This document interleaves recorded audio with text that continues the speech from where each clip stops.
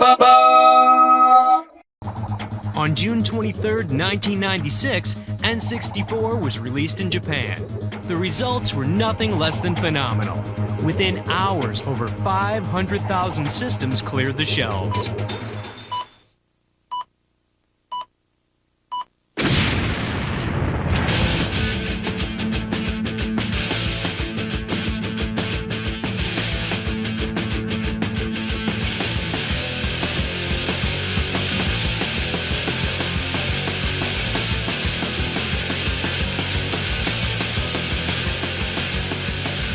On September 29th, N64 is scheduled for release in North America. The system is about to change. But before it does, we decided to invite 3 of the best gamers in the country to put it to the test. This is N64.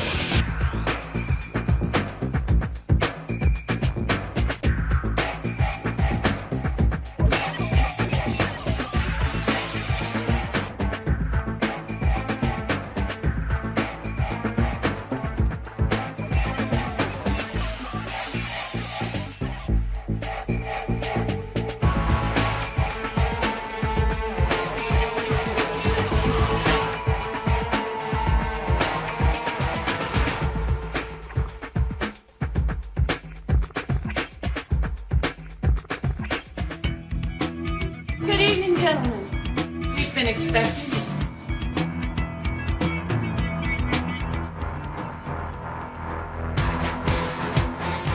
This is it, the power of N64, the driving force in the next generation of video games. With 64-bit technology, you're witness to moves and graphics that no other system can match. 360-degree viewing, 3-dimensional graphic interpretations, anti-aliasing for crisp graphics, and too many other things that are just going to blow your mind.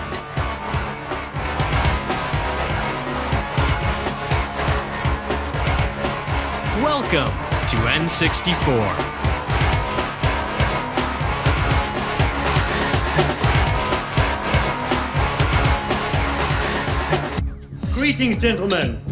Your journey begins this way, and from this way we go that way.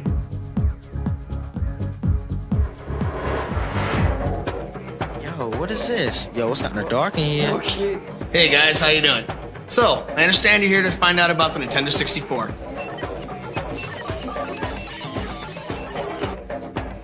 Nintendo 64, we call it that because it happens to be the world's first 64-bit hardware.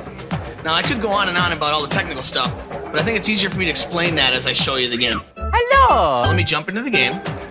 You notice that Mario's standing in this huge field outside of a big castle.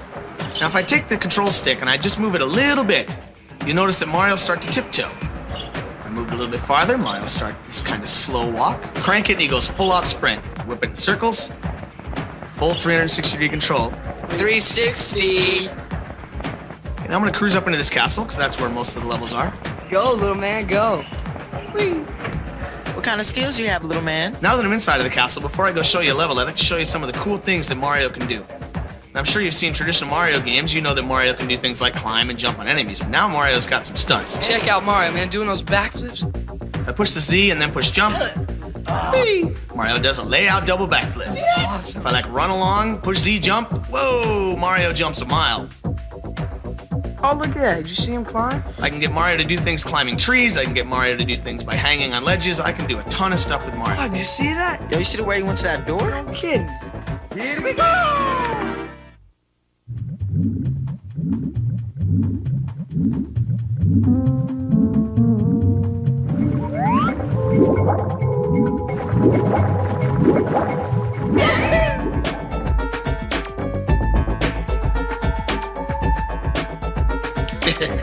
Control stick is cool.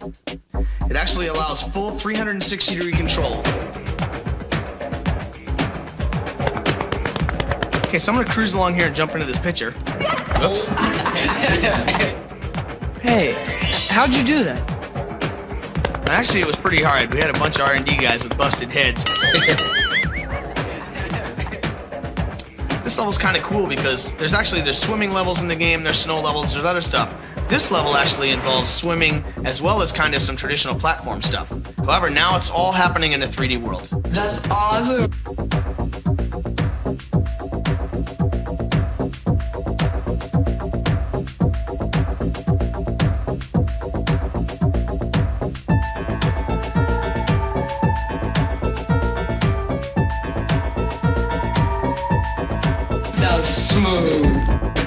There's one other cool area I'd like to show you in the game before we move on to the other products.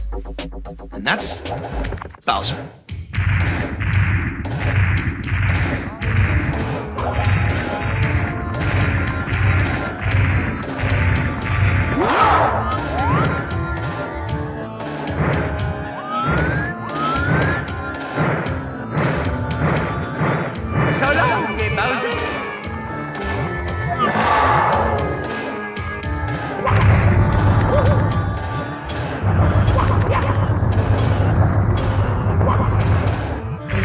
This is too cool. Now, I'm not going to go all the way through this level, but I just want to show you some of the cool things you can do in here.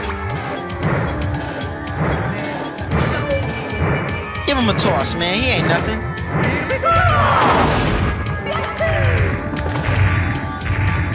Anyway, I think I could go on for about the next 20 hours telling you about Mario 64, but I think it's time we move on to Armand, who's going to show you Pilot Wings.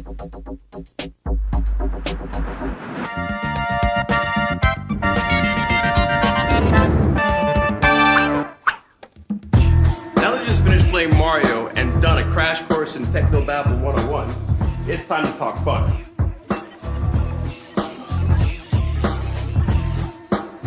What's really different about Pilot Wings is that you get to deal with more than just airplanes. You've got hang gliders, you've got rocket packs, and you've got gyrocopters. It's the most unique flight simming game you've ever played in your life. When you're playing the game, you feel like that you're actually in the game. For example, in this hang glider level, there's going to be some rings you got to fly through. That's the first part of it. Now you got to be sure that you're making yourself steer really steady because the mountains are in close, okay? Now when you go through all the rings, make sure that you pull the joystick down to swoop your plane upward. Swoop just like that, just like that. When you're going in for the landing, you want to use your A button, or commonly known as the blue button. Use it to slow down speed if you're going too fast. Come in for the landing, and it's an A+ if you hit it right. Yo, this is unreal.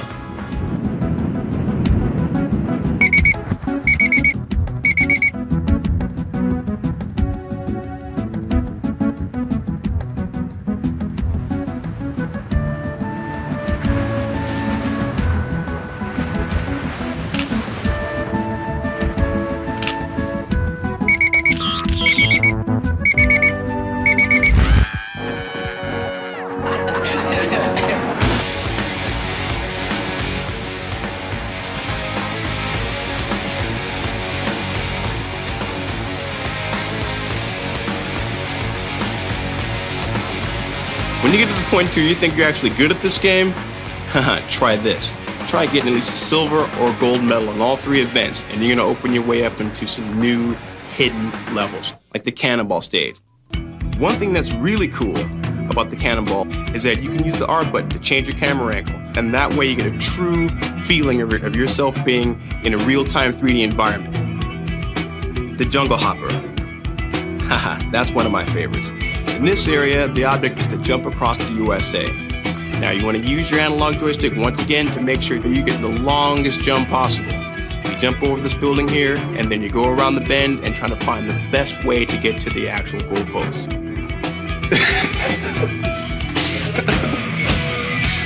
You've still got one more game to play. Shadows of the Empire.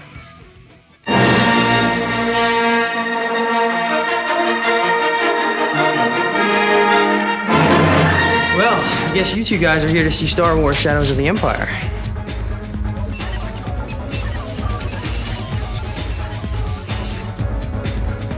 I guess I'll cut to the chase and get right to the game, which is my favorite part. One of the really unique things about Star Wars is that there are several different game types in this game, actually. You fly a snowspeeder over the ice world, you're a guy in a corridor in a maze type level. There he is. You actually fly in a spaceship. You ride a swoop bike, which is kind of like a big speeder bike across the land. And one of the coolest parts in the game that I really like is these big walker guys.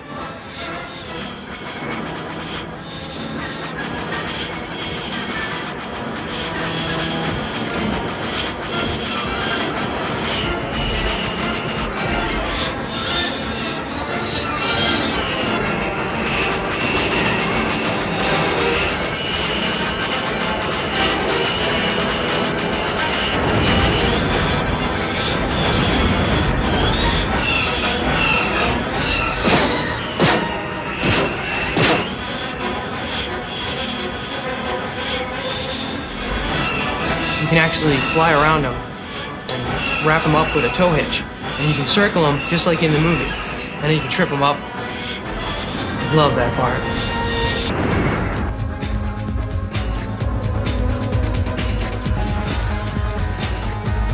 The world is in real 3D, so I can look around and go anywhere I want. But I can also aim and shoot up at enemies that are high, low. I can strafe and run and shoot in different directions. You're out there, Henry.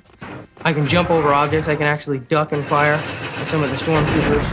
I can get different weapons to fire, the flamethrower to kill these big ice monsters. Okay, this is the flying over the Star Destroyer. And here you actually can zoom in to the cockpit. In every level, there's different views. You can zoom in and out. You can watch the guy from a third-person view, or you can actually watch from a first-person view. Here I have to destroy all these TIE fighters, watch out for asteroids. As you can see, the explosions here are just as good as the other level. Whoa! Yeah. I just love that part.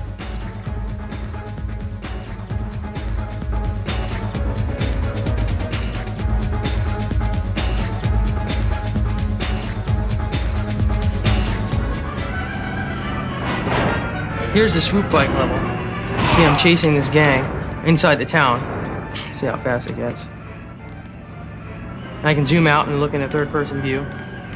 See, I can see all the walls. I gotta try and bump them and stop them from getting to loot. I really like how fast this level moves. It's pretty overwhelming at first when you're inside the narrow confines of the town, but you get out later on and you actually get out onto the desert and you go over the Sarlacc pits and you have to do the jumps and go through the canyon. Insane.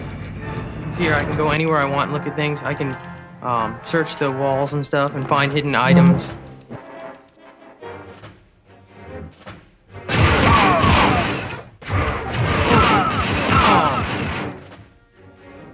Well, that's just some of Star Wars Shadows of the Empire.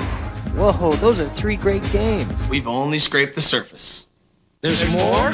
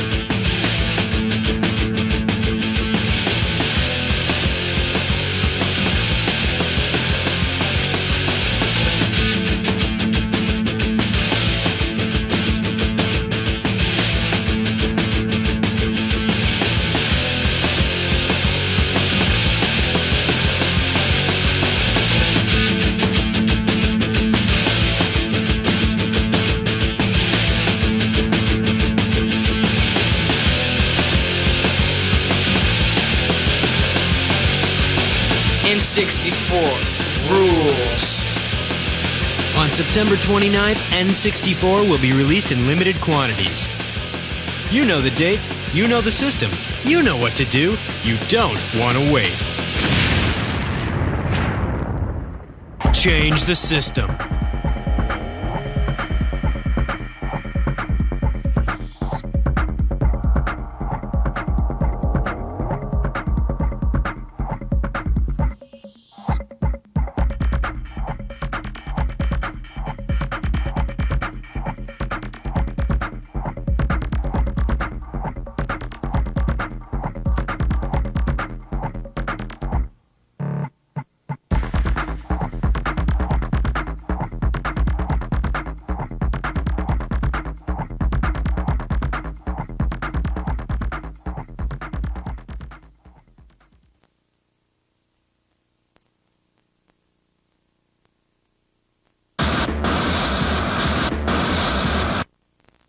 You still want more?